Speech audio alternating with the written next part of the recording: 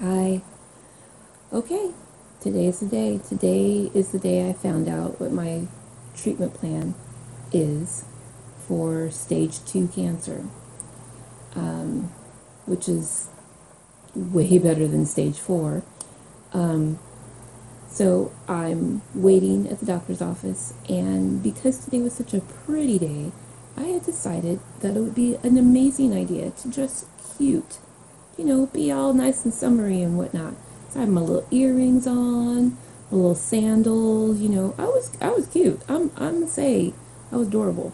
Anyways, get in the doctor's office, and she's like, "Hey, so just to kind of let you know what the appointment's about today, um, we're going to ask a couple of questions. We're going to do an examination, and then we're going to talk about your treatment plan." See, the second one is what I didn't know was going to happen because of the way I dressed. I thought I was coming in to sit down. My husband and I probably after this are going to go out and have dinner and talk about my options, and I was going to be cute. But you said something about examining me, which means now the facade is over. So she's like, "So doing all the exam and everything," and I'm like, "Huh, okay, yeah, I'm doing good because she's like, "Hey, can you turn your head side to side?" I'm like, "Yeah, look, to the other side." I'm doing that. She's like, "Can you puff your mouth?" I can puff my cheeks. I'm good. See, look at by this point, I've got like an A+ on this test.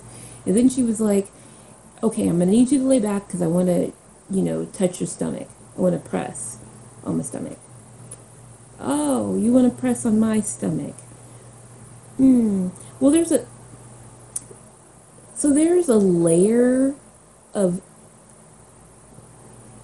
clothing on me that I use to maintain my body parts so that they will look more less so they will look less curvy because I'm not a curvy. My body's straight. This is me. I'm straight, right? And then I like to eat. So then because of the eating, the straightness has some wobbles, and it's not okay. So I put Spanx on it to smooth it out and to make it all much better. But nobody's supposed to know that because I'm wearing clothing.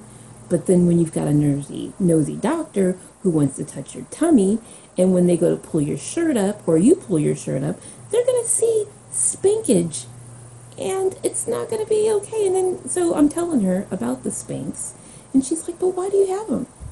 I'm like, "Because of the flappy and wobbliness of my natural body, and I'm not getting. It's a facade, and you just ruined it. So fine, whatever."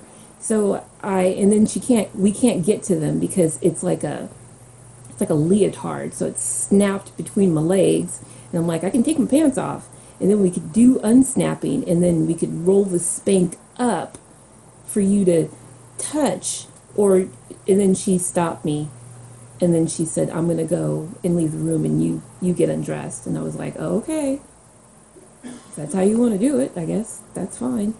So she comes back, the doctor comes in, they talk to me, and the doctor's like, "Hey, I hear you're having a spank problem or something." And I'm like, "Yeah, because I didn't know. I didn't dress appropriately." So we do the examination, get it all figured out, and then she was like, "Hey, I'm actually going to do a two-fingered vagina rectal exam." So wait, what? Because, see, I'm used to the whole speculum thing or spectrum. Whatever they stick in your vagina to crank that bad boy open, I'm used to that. I don't care for it. It's not a thing. It's not like I look forward to it, but it happens. It's happened a lot lately, so I'm like, "Hey, whatever," right? But and then you're going to and then your finger at the same time.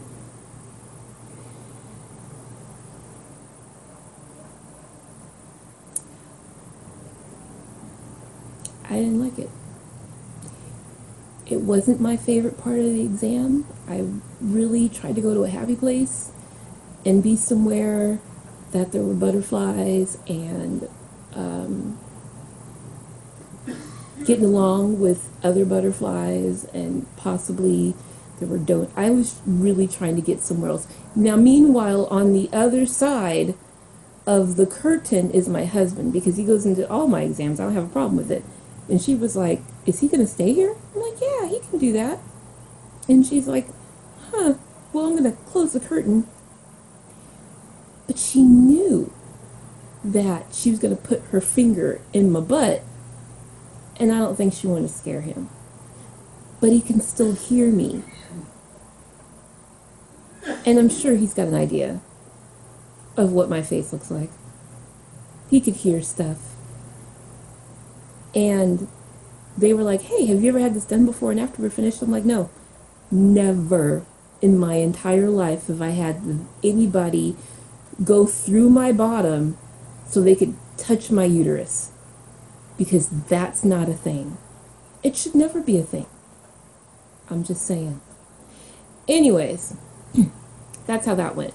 So we talk about my my cancer, stage 2 cancer, and I've given a couple of options. I can have surgery and then have a radical hysterectomy, and the only problem is there could be a chance that there could be tissue that was damaged by cancer, and that I could still need chemotherapy and radiation even after that. Or we could just jump to having chemotherapy and radiation for 7 to 8 weeks, 5 days of radiation and 1 day of chemo. She doesn't think I would need a port to put for chemo, which the port would be in my chest so they could put the chemo in. It would just be through like an IV or something. And I'm leaning really close towards just having surgery. She said there's a 30 to 50% chance that there could still be something there later that might turn into a bigger problem later, so they would zap it with chemo and radiation. And I think I would maybe consider doing that. I don't know how chemo is going to act with MS. I don't know how radiation's going to do. I just know that I'm already tired every day. I'm already sluggish all the time. That's what MS is for me. And I don't want to do it. I don't. I'm afraid that if I end up going to chemo and radiation, that my body will just catapult itself into a different stage of MS, and I don't want that. Because I have to have that for the rest of my life. There's no surgery to take that out of me or anything. So as it stands, it looks like surgery is going to be the thing for me. And I'll keep you guys posted. And thanks for listening.